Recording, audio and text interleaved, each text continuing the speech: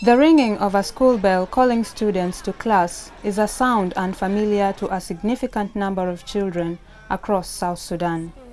The world's newest nation has some of the lowest global educational indicators, especially when it comes to girls.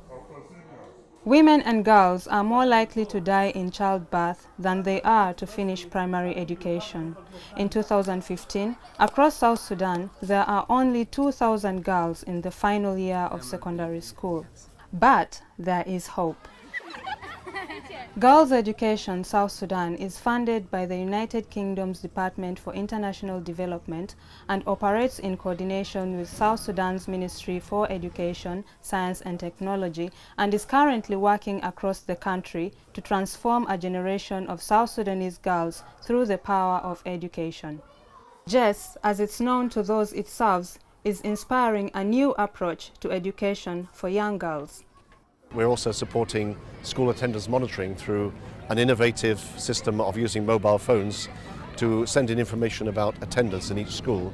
And we now know, because of this system, that there are 1.1 million children in school at the moment in South Sudan. That means that probably there's about 300,000 to 400,000 who have lost their education because of the conflict, but at least the enrollment has maintained in most places. The programme's operational funding of £60 million British pounds from the UK is backed up by South Sudan's government with an additional 60 million South Sudanese pounds.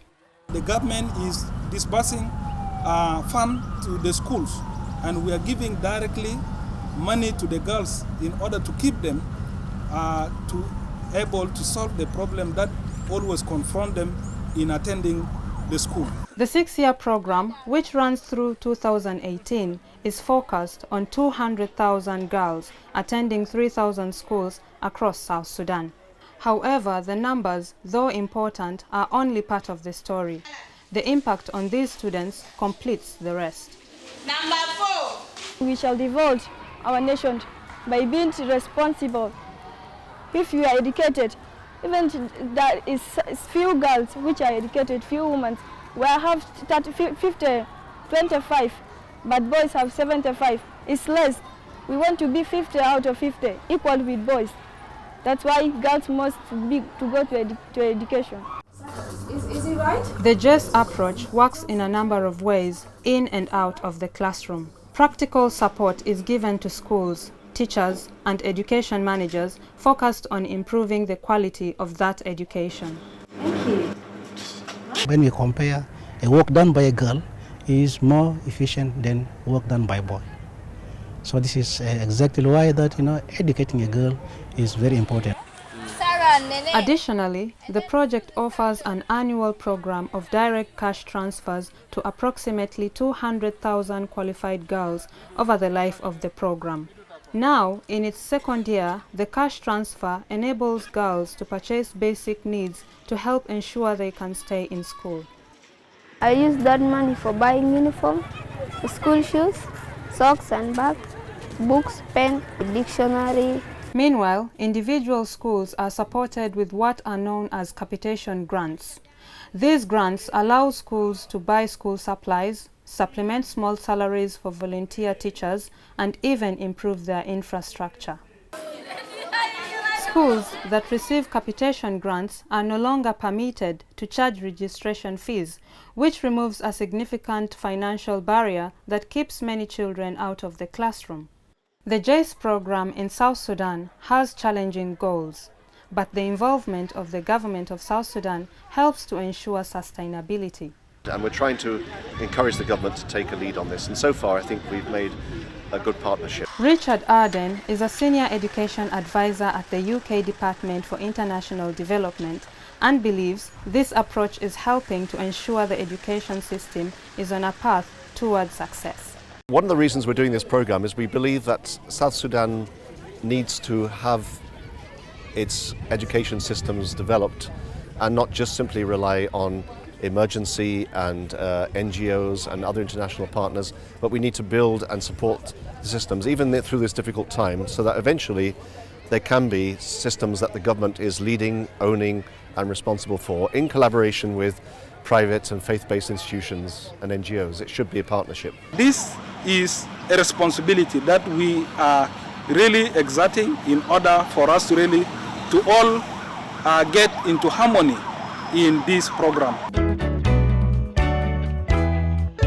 GESS is using the strength of its partner, BBC Media Action, to promote behavior change by informing parents of the importance of girls' education.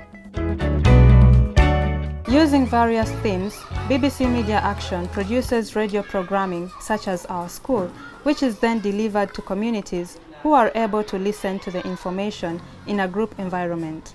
Following the program, experts can discuss the program topics and answer the many questions which often follow.